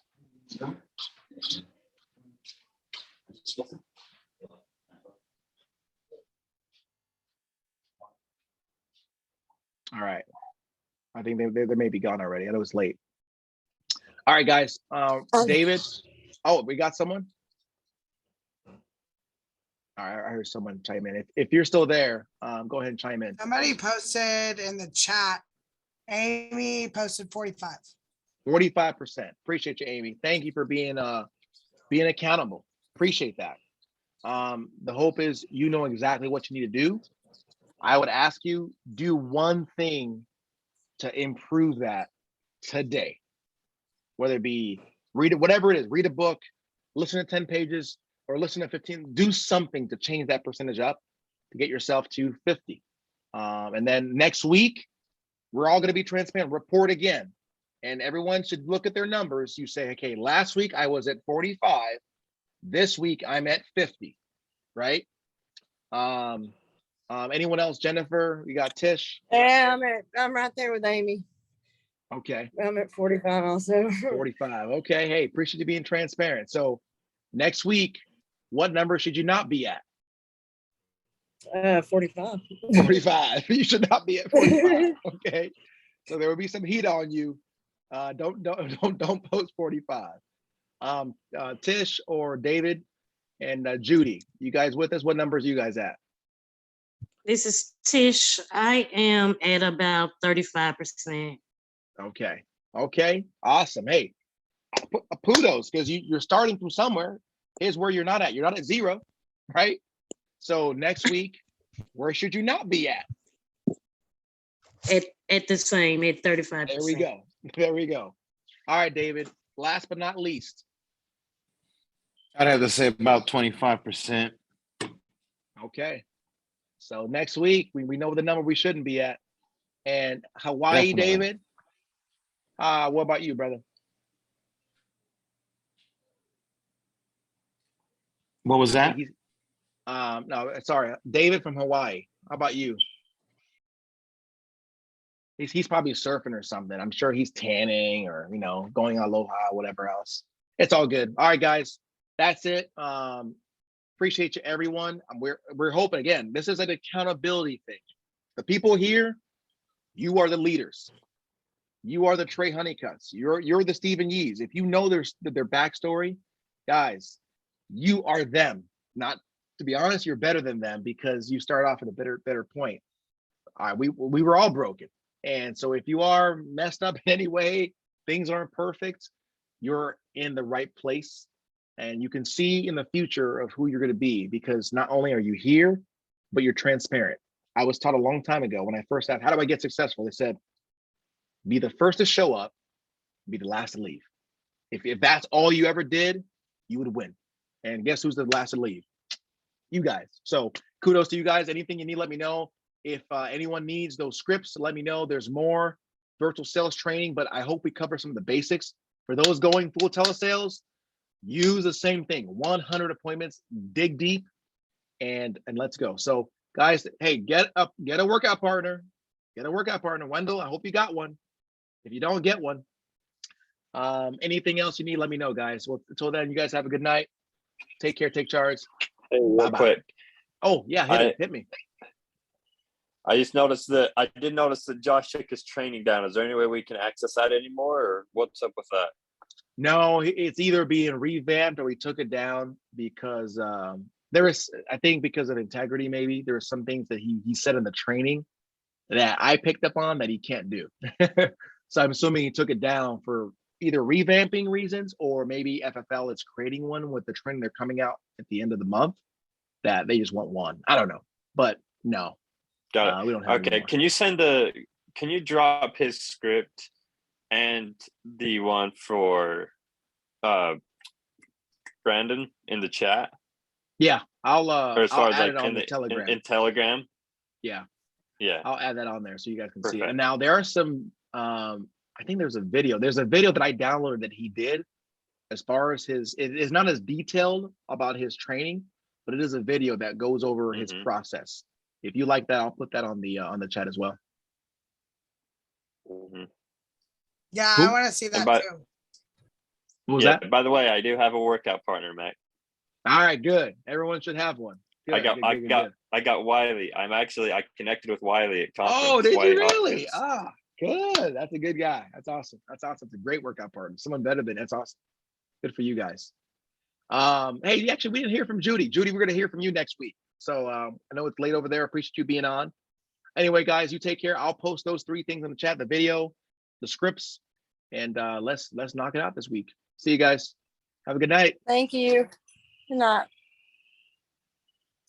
Good night.